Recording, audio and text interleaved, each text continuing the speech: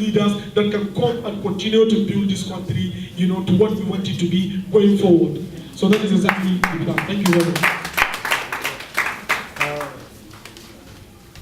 Thank you very much, Mr. Adamu Garba. This is a rhetorical question, and I want us to pay good attention to it. My name is Bamidele Fatade.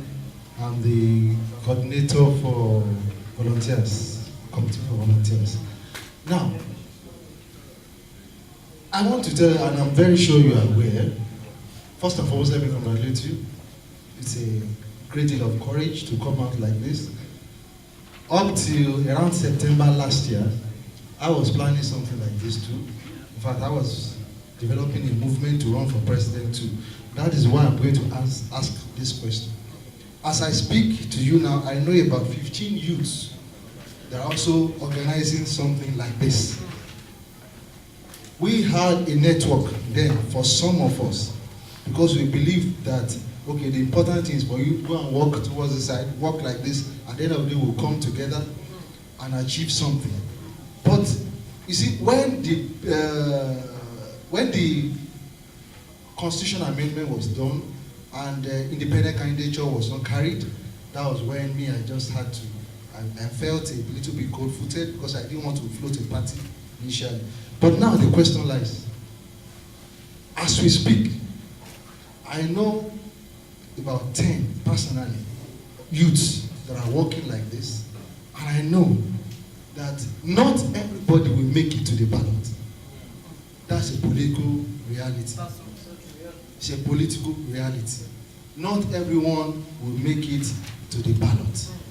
Now, I want us, I don't know if you have that in place already, but if, it's a question, that's a question, but if we don't have it, it is paramount and it is pertinent that we start working on that now. The only thing that can make Adamu Garba president in Nigeria, because we are going to be fighting against Goliaths and we are small David. Let us tell ourselves the truth. I'm a realist. What can help us is an electoral revolution which has started. The youths of Nigeria are standing up, and that's why we are going to be having like 25 young Nigerians fight for president in 2019. But the problem lies in the fact that not all of them have the financial muscle, not all of them have the intellectual capacity to carry through. So at one point in time, they have to step down. I want them to come under you when that time comes. You have told us categorically here that the only reason why you will not contest is legal issues. But I know two that have already registered their parties as we speak. My young man there was showing me one the other time. He has registered his party. I'm very sure that one is going to make it through. But there are others like that that are not going to make it through. Please, I want you to key into that. And this electoral revolution, because the youths are hungry. I organized a summit in Ondo State of recent. I invited the speaker. I'm sorry to take your time. I invited the speaker. And while the speaker was speaking, I could see the young people there crying. Because now they see their country is being mismanaged. They now see the real picture of how their country's potential is being mismanaged. And the question lies, what can we do? And we have to find ourselves. And right there, somebody said he's going to run for president. His party is already ready. He's from Ondo State. Now, I want to beg us that let us key into that. What Adamu Garba is doing is tough. And I'm very sure you'll be getting overtures from people to come and merge with them, particularly the big parties. The young man, come, let's join together. Come and join us. We like your ideas. Are you prepared to be on that ballot? To grace all the odds and be on that ballot? I wanted to do that, but I had to stop along the way because of some other reasons. Please, I'm begging you, I have come here to support you because I believe you will get to the ballot. But others, we will work with them to make sure that those that cannot make it to the ballot will come under you. And by God's grace, God will help us. Thank you very much. Thank you very much. This is a kind of inspirational speech, and I think we will deliberate on that later in the day. Is that what we agreed on? Can we go ahead? Thank you for that. Sorry, this young man.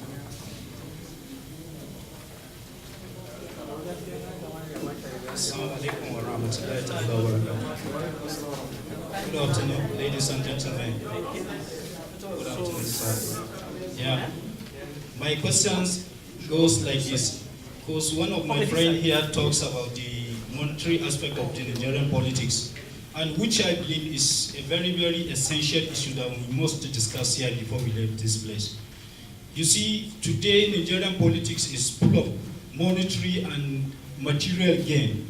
So I wanted my incoming president to elaborate or expatiate on the issue of this monetary aspect and material gain of Nigerian politics in the whole diaspora, because I believe it's something that is leading to tokenism.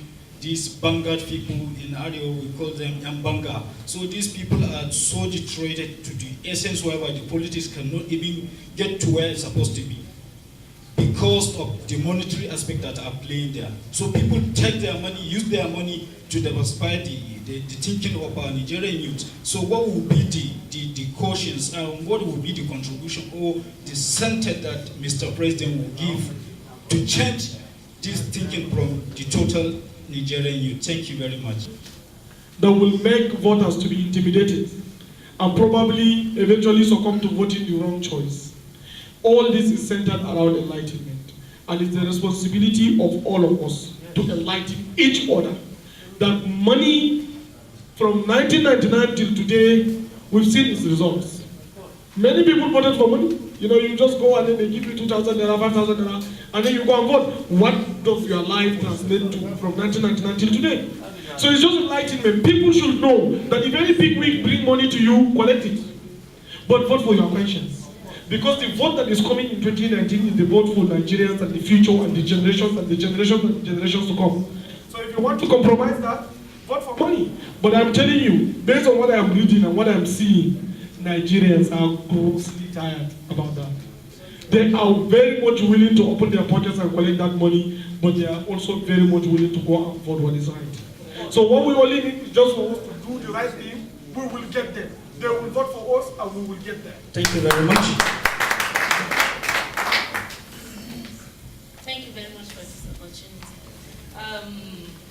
The incoming president, someone said only Taraba that have not supported the bill. Don't worry. Whether Taraba or not, Taraba alone will not stop you from reaching where you will reach. So we will surely arrive.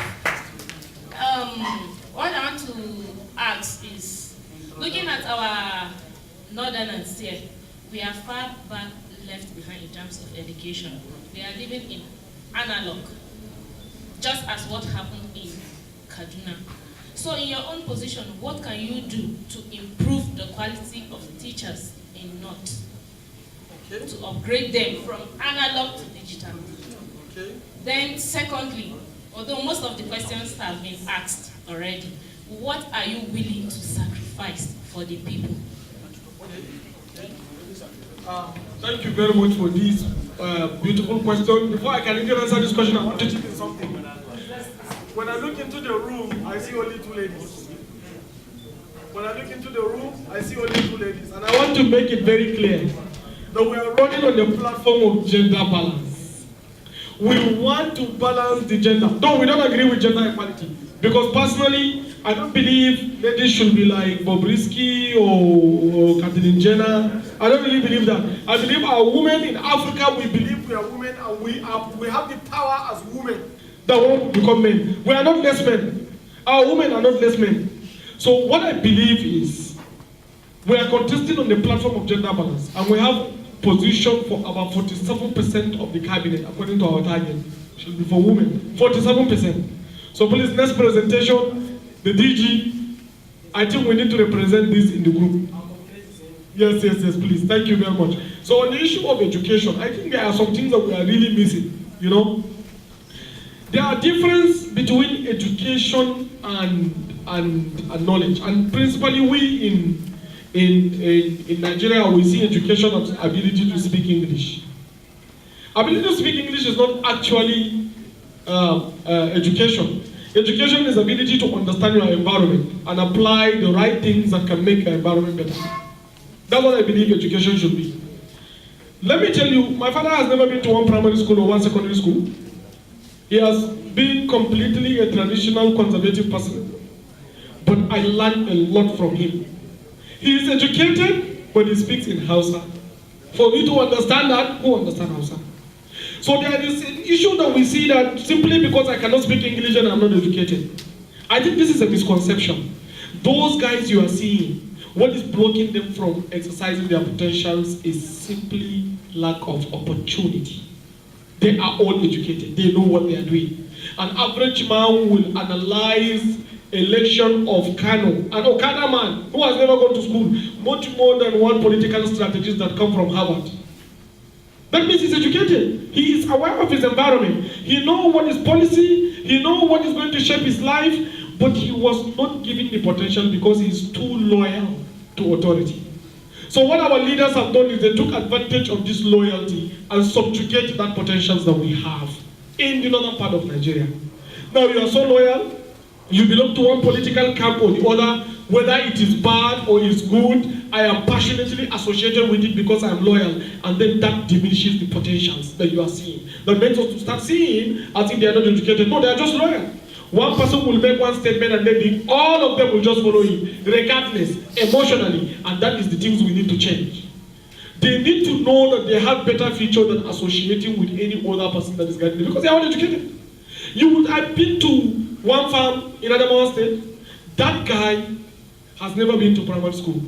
But if you see the way this guy is analyzing how my plans to set up farm, he has given me the statistics right up to the head, standing there within 15 minutes. How the farm is going to, including the market and the buyers and everything he analyzed for me. And that guy has never been to primary school, so he's educated. All he needs is a potential. So capacity to speak English does not automatically translate to education, but self-awareness. Understanding your environment and applying it right. So I believe the non-educated, the only problem is they don't have the potentials. I'm giving you an example with myself. I started as an almajiri, the story is all around.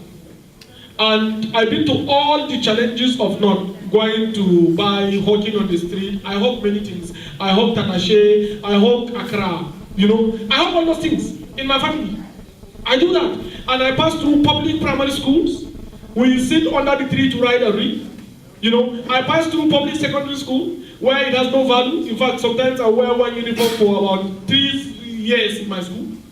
Do you understand? And I now went to university in Kano and I then got restricted. I was thrown away simply because maybe I'm proving too popular against the people that I'm supposed to be loyal to, simply because I'm talking about enlightenment, what I'm doing now, simply because I'm talking enlightenment, so people feel intimidated and then they send me away, simply because of that. And then I came back to Lagos after learning some technology things. And look at this Almajiri boy today. Because he has what? He has a platform and the opportunity. Those Almajiri boys that are fighting Boko Haram can do better than me if they have the opportunity. That is what we need to give them. That is what I believe. If we give them, they can do it. So reforming the teacher system, the teaching practice, the teaching of the country is not even an issue of the North, it's an issue of the whole Nigeria. Our teachers were not well trained. The system does not guarantee them training because the system doesn't value them. And that is why, if you look at our education manifesto, we make more emphasis to teachers because we want to hire the best brains. You don't force best brains on classrooms, no. You attract them to classrooms. What do you attract them with? Enacting the policy that will make them teaching, that will make teaching to be a pride to them. Now, how do you do that? Create a large incentive around teaching for teachers. Value that teacher more than the doctors. I was talking about in our manifesto. We don't even see any reason why federal government will hire doctors. There's absolutely no reason to say.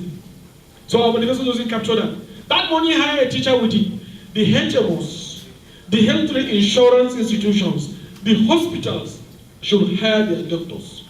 You power them with policy to pay the doctors so that our health cannot be commoditized. You see somebody will go to hospital dying And then they will tell you would rather die if you cannot pay 5,000 naira. And several people have died because of that. Health is a humanitarian service. And therefore, if you go to doctor, you are not expected to make money, you are expected to make people to live longer, happier, and better.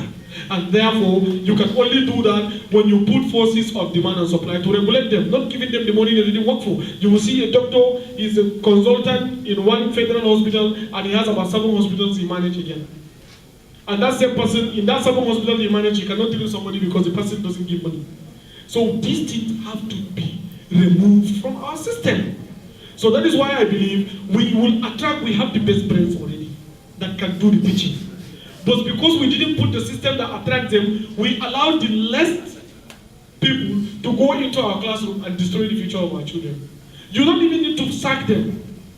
Create a policy, put it in the competition, interview. People should come. You value people based on certain criteria before you hire a teacher.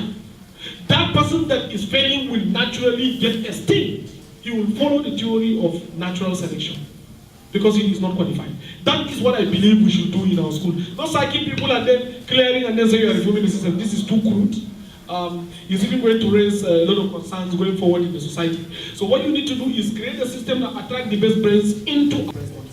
Then also asked, what's your take on IPOB asking for they want to have their own country? Okay. What's your take on that? And also your take on myself too. Okay. Then we also talked about in case even if our members have been harassed or arrested by police while trying to campaign for you, that how what are measures that we put in place to ensure that the person is vindicated? Any point? Thank you. Okay. All right, thank you. Okay. Now, thank you very much for this question. The implementation of CONFAB. I believe most of the sorry. Getting down.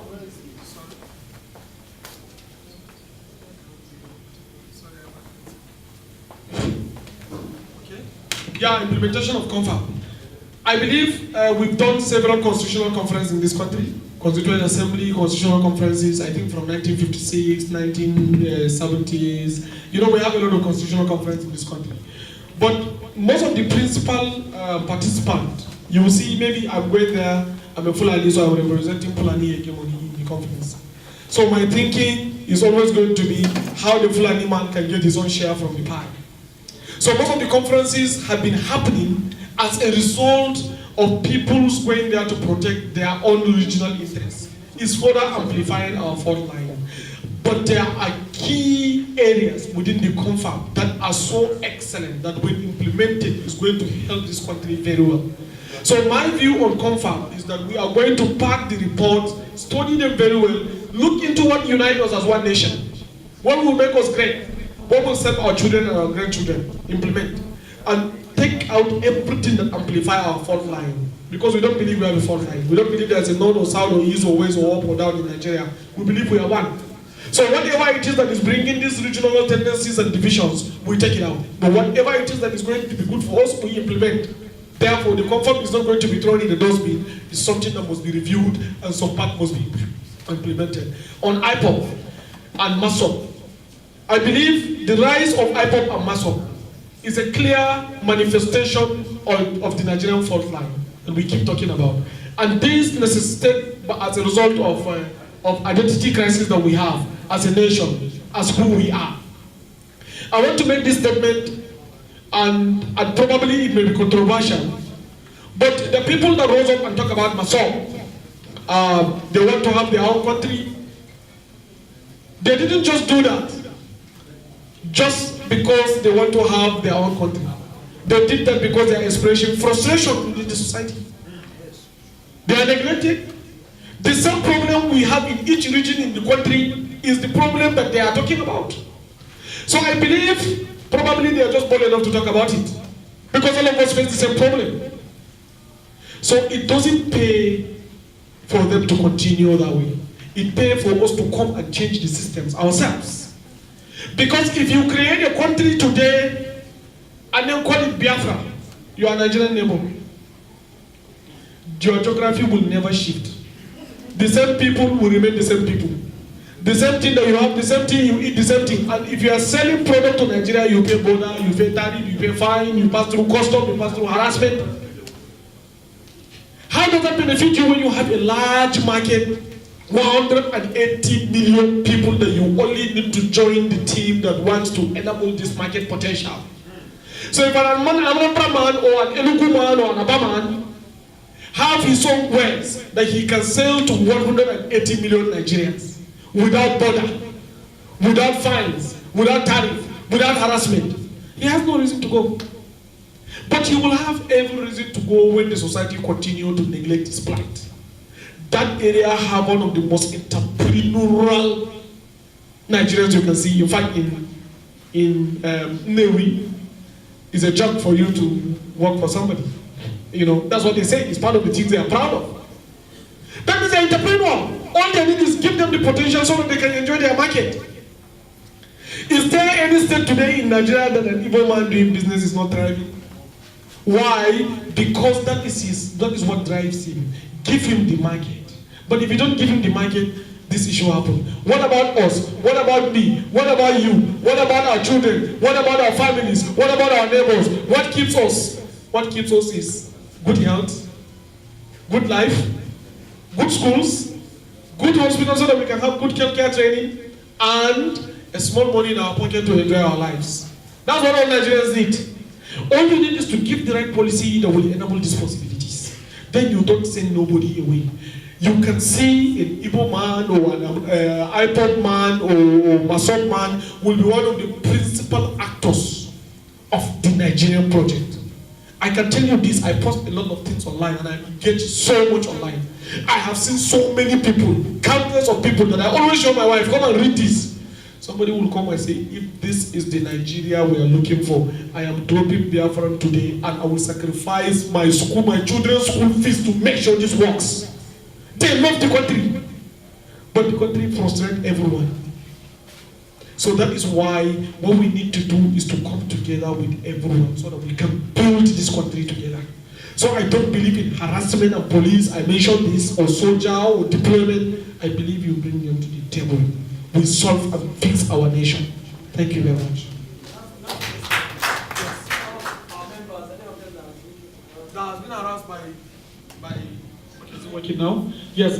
Any members that has been harassed, I think we have a security committee here, is a consultant. Because this is just like the formal first meeting that we are having. So once we finish the meeting, we appoint the committees, we inaugurate them, and everybody started making the arrangement. We have already notified the DSS, about this. So once we get all those things, we get our committee inaugurated, we are going to submit the list and make sure we follow all the appropriate legal framework to make sure that we didn't violate the law. So I believe we are operating within the law. The policeman will have no reason to harass us. So we'll take appropriate steps to notify the agencies that are responsible so that we can get the right protection and go about doing our campaign, because all of us are working for one single project, which is Nigeria. Yes, thank you very much.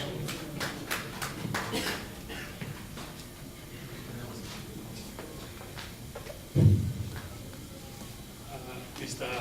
President, Incoming President. Thank you very much. Thank you. We do watch television station, and we do find there are some children that they have skills, they are being creative, but they are not being helped by the government. If you are being voted into the government, what have you prepared for those children? Wow, thank you very much for this question. Thank you so very much. I want to tell you one thing. Two things make all these big countries we see today great, especially United States. United States value one thing. That thing is called intellectual property right.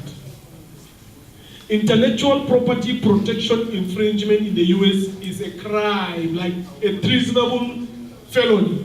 You are a felon if you violate intellectual property. Why? Because they know it's human beings that produce and make things, not the ground. But when you have a country where you have the value is placed more on the resources that you have on the ground than on the brains of humans, then you can see the pool of intellectual exodus. And that is why we have intellectual exodus in this country.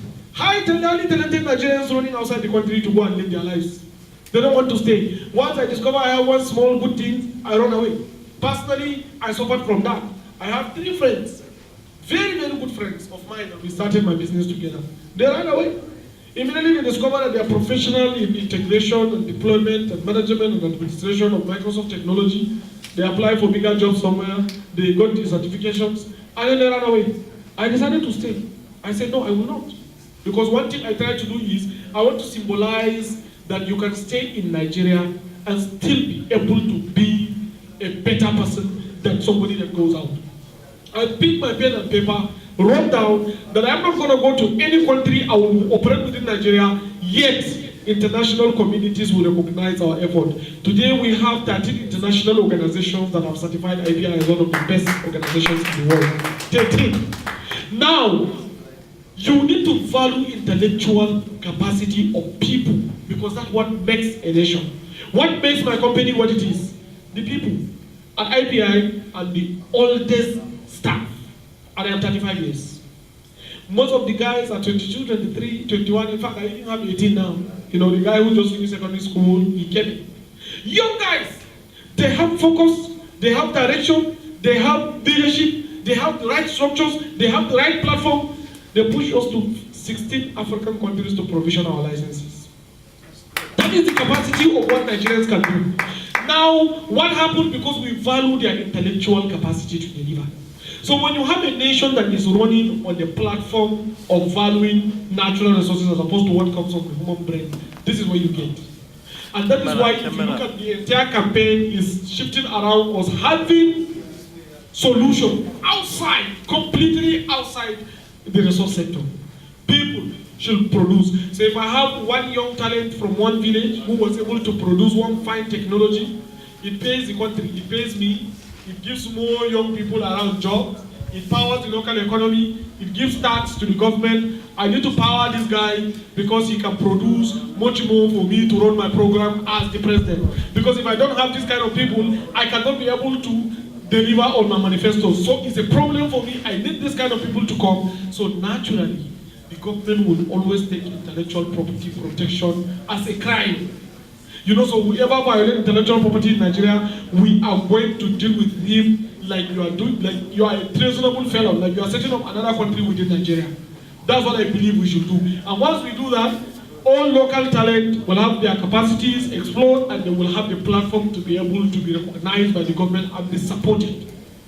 That's what I believe. My name is Dr. Ekwe Augustine James. I work at General Hospital Calabar, and I'm here as a coordinator for Cross River State. Your Excellency, first I want to congratulate you on this very bold move to pioneer this vision. We are aware that most young Nigerians are passionate about Nigeria and they want us to have a better country, but only a few people have gotten up to say they want to pioneer a vision of this magnitude. So I congratulate you. And I also want to hurriedly, in the same vein, appreciate your level of awareness and knowledge of facts. I must say that I sat there awestruck by how much you play with facts and figures. Something that is quite impressive. Your capacity is not in doubt, and the way you have expressed your understanding of issues based on the questions that have been raised have been very impressive. So if we go on and on along the lines of questions regarding what will you do for security, for health, for education, I assure you he's going to give us answer upon answers. And some of these answers he has given in many of his interviews that some of us have been privileged to look through. So I consider that we are actually wasting a large chunk of our time by continuing in that direction. I came all the way from Calabar because I feel like this is something that we have to do. And we are here to put our heads together so that we can set up practical, pragmatic structures and mechanisms that we can work with to deliver on Adamu Galba for 2019. That is why I want to beg that you permit me to tilt this discussion to the line of how can we win the election? Thank you very much. Which brings me to the first point of focus and passion. I have just a few thoughts that I would like you to say something about, but let me just very hurriedly make a few points that have been running through my mind. Brings me to the question of focus and passion. Are we ready to go the extra mile, to make sacrifices of our time, our energy and resources to see to it that this vision becomes a reality? Like we often say, Nigeria is the only country that we have, and if we decide to play around with it, then we'll be sorry. Our children too will bear the brunt of it.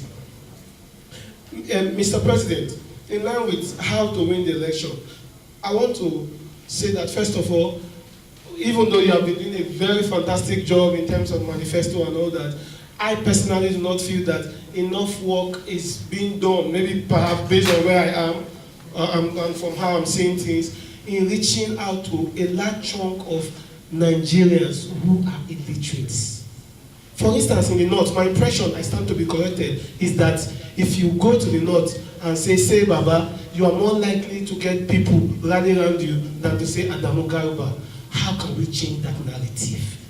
Do you have any structure on ground, anything in mind, particularly those of us that are all of the north, that can make us change that narrative so that if we say Baba and somebody else says Adamu Garba, at least we'll have some people that will be, where do we go to? So that's one of the things I want to ask.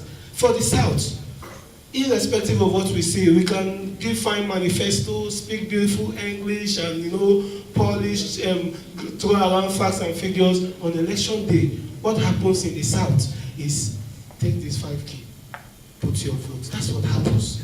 What plans do we have? That's the fact. What plans do we have to see to it that whether somebody is collecting 5K or not, he will go and turn points in the political party that will see to it that will win the election? Another thing I want to say is the Benue crisis. I want to end with this. I feel like, well, it's my opinion again, in the last few days, I've noticed that it has been what has been making the news. In fact, this present government have never been criticized as much as it has been criticized in the last couple of days. For those of us who play around with the news and all that, you see everybody now wants to kill Buhari because they think he's a Fulani, and Fulani headsmen are killing people and nothing is being said. I for one thing that is a platform that we can hinge upon. The Benue crisis is a stage for us. We have over 50,000 people that are said to be displaced in Benue State because of this crisis. Adamu Garba can go there and make news. He can go there and provide relief. He can go there. By the grace of God, I'm the president of Medical Support Foundation, a non-governmental organization. We hold outreaches and all that. And we have doctors at our disposal. All you need to do is say, let us do this. And we are there. We can go there and say, okay, people who are malnourished, people who are sick, let us do this. The news will carry it. People will begin to feel that this guy is standing for us. You must side with Nigerians beyond very intellectual talk you're giving, but it is only for the enlightened minds that are here. The large chunk of Nigerians don't understand this thing. What they know is that there is no fuel. What they know is that they are killing people in Benue. What they know is, in fact, most of the people on social media liking and shouting don't have PVCs. I can show you my WhatsApp chat. I've been talking to people and talking. I cannot go. Last time I voted not. They don't have PVCs. That's the truth. They are just liking things on Facebook. I'm telling you the truth.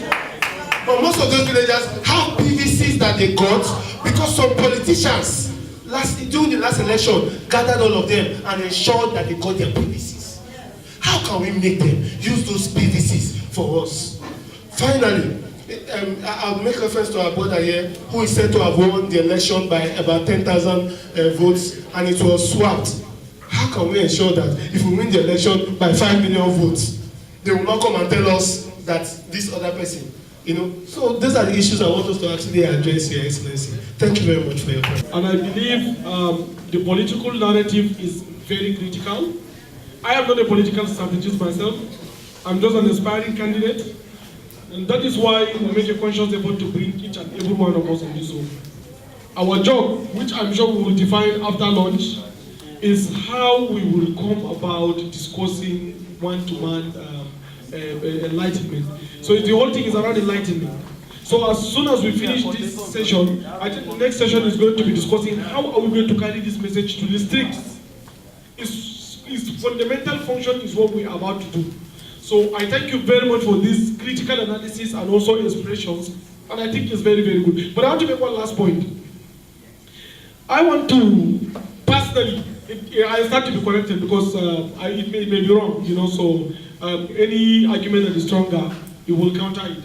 I want to try as much as possible to avoid using people's emotion, you know, taking advantage of emotions and getting votes. Like maybe I'm going to one IDP camp and give money and call the media guys to come and snap me. I'm a good Adamugarba guy who wants to contest for the president, therefore I'm giving money, people should see me, vote for me, I'm a kind guy.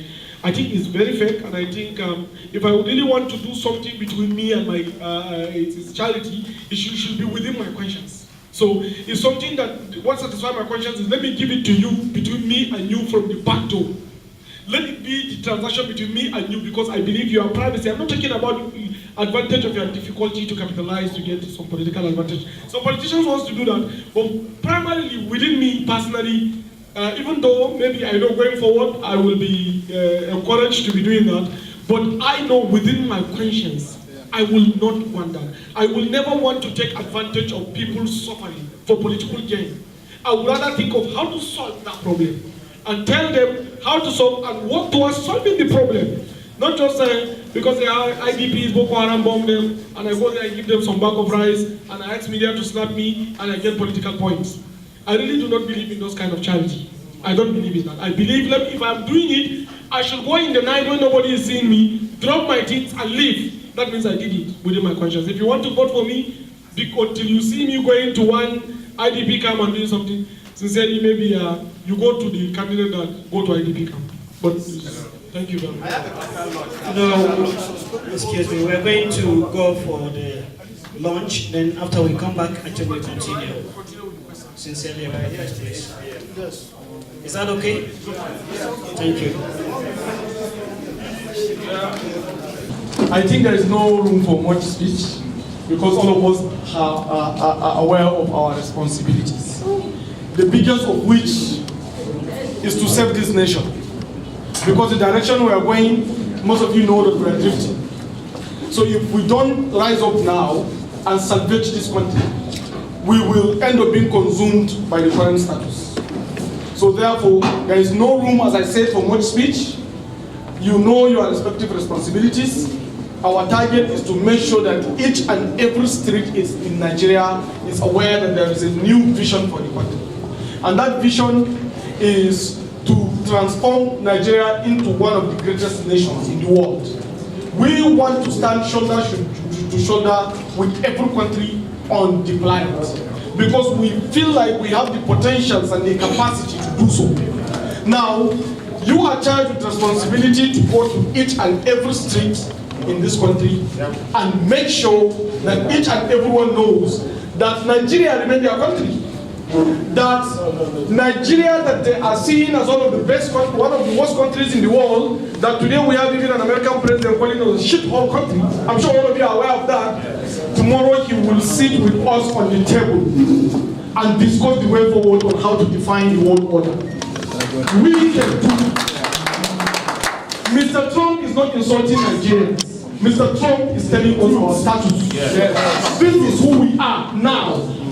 But are we going to remain like this in the next 10 years? With this thing, we will not. Because we will do it. There is nothing that is going to block the potentials of people coming together with one mission, as one people, carrying one goal, with one message, to build one nation. We will get it. Therefore, I am calling each and every one of you. I cannot do this alone. I am just a face in this movement. The responsibility lies in the capacity that you translate all the talks we do to action. The grassroots is our target. And it is our responsibility to make sure that that woman that goes to hospital and she could not give birth to child on time because of lack of money, she has access to free healthcare. That child that is begging on the street, he has opportunity to go back to school and have better education. It is also our responsibility to make sure that whatever it is we need somewhere in the world, we have the platform here to do it. It is our responsibility to build a magnetic nation that will attract all the best brains in the world to come and sit down here.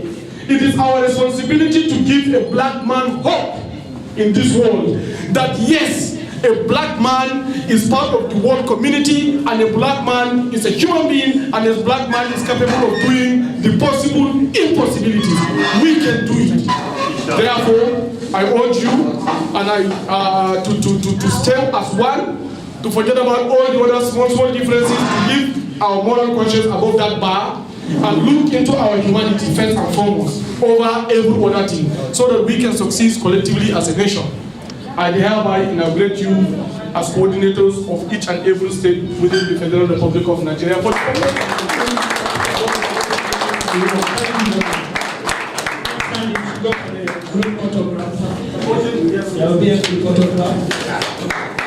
can we have a one house? Please, can we have a one house? Who is playing the music? Yes. I really need quiet. I need silence seriously, because we have the people that brought us down to this world, women. Now, he gave me 2 seconds. I will take more than that. I'm sorry. I want to start by saying that ladies have 47% slot in our movement. We believe strongly that there is no man that can stand up without a woman beside him. I, as a man, I believe I will always remain fair when I don't have the right woman beside me. You made us, and let me tell you how you do. I go to market, I bring tomatoes, you give me soup.